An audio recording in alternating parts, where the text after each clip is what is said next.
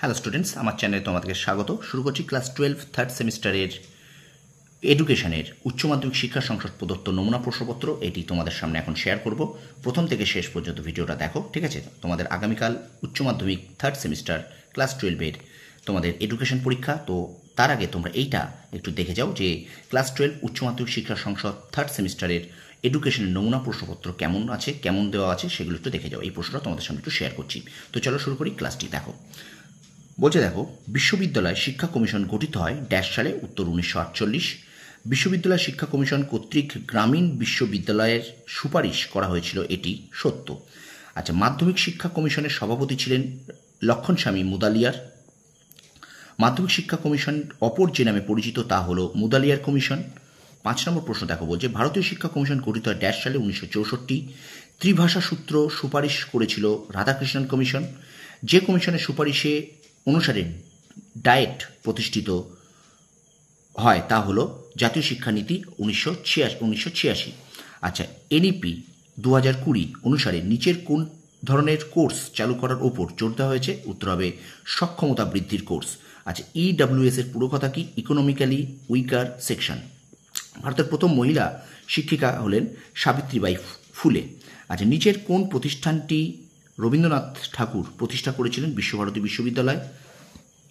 পরে প্রশ্ন থাকুক, রবীন্দ্রনাথ ঠাকুরের মতে শিক্ষার্থীদের নিকট শ্রেষ্ঠ শিক্ষককে প্রকৃতি। 13 নম্বর বলছি, education is the manifestation of the perfection already in man, বলেছেন স্বামী বিবেকানন্দ, এটি সত্য। আজ 14 ভারতীয় সংস্কৃতি এবং পাশ্চাত্য সংস্কৃতির মধ্যে যোগসূত্র কে স্থাপন করেছিলেন? উত্তর স্বামী বিবেকানন্দ। আচ্ছা, পরের প্রশ্ন দেখো, by education I mean an all round drawing out of the best in child and man body, mind and spirit. শিক্ষার এই সংজ্ঞাটি কে দিয়েছেন? মহাত্মা গান্ধী। পরের প্রশ্ন দেখো, বুনিয়াদী শিক্ষার ধারণার প্রস্তাব কে দেন? মহাত্মা গান্ধী। এমিল গ্রন্থটি রচয়িতা হলেন জ্যাক রুশো। আচ্ছা, রুশোর শিক্ষাগত দর্শন তার যে রচনায় বর্ণিত হয়েছে এমিলি। পরের প্রশ্ন দেখো, জন ডিউইর মতে বিদ্যালয়গুলির ক্ষমতায়নের জন্য শিক্ষকের ভূমিকা হওয়া উচিত সহায়কের। পরের প্রশ্ন দেখো, জন ডিউইর মতে বিদ্যালয়ে শিশুদের উন্নত নাগরিক হিসেবে গড়ে তোলার জন্য ড্যাশ বিষয় অভিজ্ঞ হতে হবে? গণতান্ত্রিক। আচ্ছা, পরের প্রশ্ন দেখো, শিক্ষার একটি শাখা হলো বিশেষ শিক্ষা, এটি যা নিয়ে কাজ করে এটা হলো শিক্ষার্থীদের বিশেষ শিক্ষার সুযোগ প্রদান করা। পরের প্রশ্ন দেখো, নিচের কোনটি আংশিক বা সম্পূর্ণ দৃষ্টি প্রতিবন্ধকতার কারণ? উত্তর হবে গ্লুকোমা।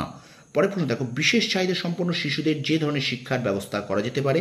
অন্তর্ভুক্তিমূলক শিক্ষা। আচ্ছা, ডিসলেক্সিয়া আক্রান্ত শিশুদের প্রাথমিক বৈশিষ্ট্য হলো সাবলীলভাবে পঠনে অক্ষমতা।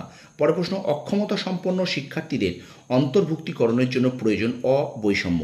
পরের প্রশ্ন দেখো, ভিন্ন সক্ষমতা সম্পন্ন শিক্ষার্থীদের শিক্ষায় অন্তর্ভুক্তিকরণের একটি গুরুত্বপূর্ণ দার্শনিক নীতি হলো আত্মীকরণ। ঠিক আছে, তো চলো আমরা চলে যাই এবার পরের প্রশ্নে। দেখো, দাঁড়াও, চলো। বলছে দেখো, সাধারণত অটিজম নির্ণয় করা হয় 18 থেকে 24 মাস বয়সে।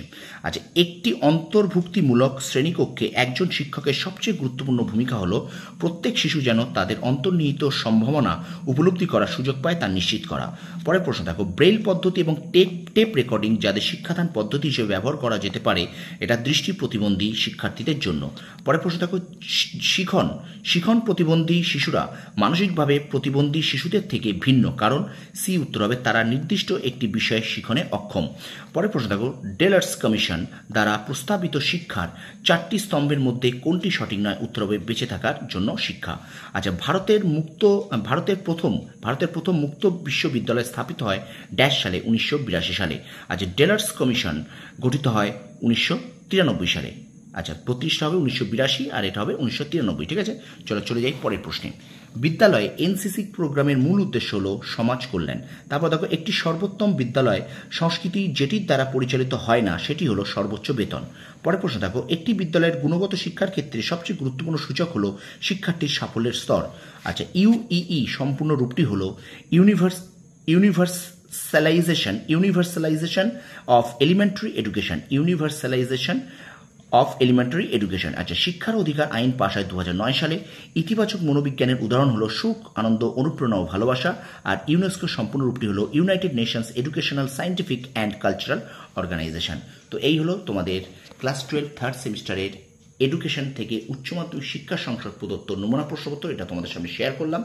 আশা করি তোমরা ভিডিওটা দেখবে এবং অবশ্যই বন্ধুদের মাঝে একটু বেশি করে শেয়ার করে দাও, যাতে তারাও এই উচ্চ মাধ্যমিক এডুকেশন শিক্ষা সংসদের নমুনা প্রশ্নপত্রটা তারা একটু দেখে যেতে পারে। ঠিক আছে, তোমরা সফল হও, তোমাদের সাফল্য কামনা করি। ধন্যবাদ। আগামীকাল তোমাদের পরীক্ষা ভীষণ ভালো হোক।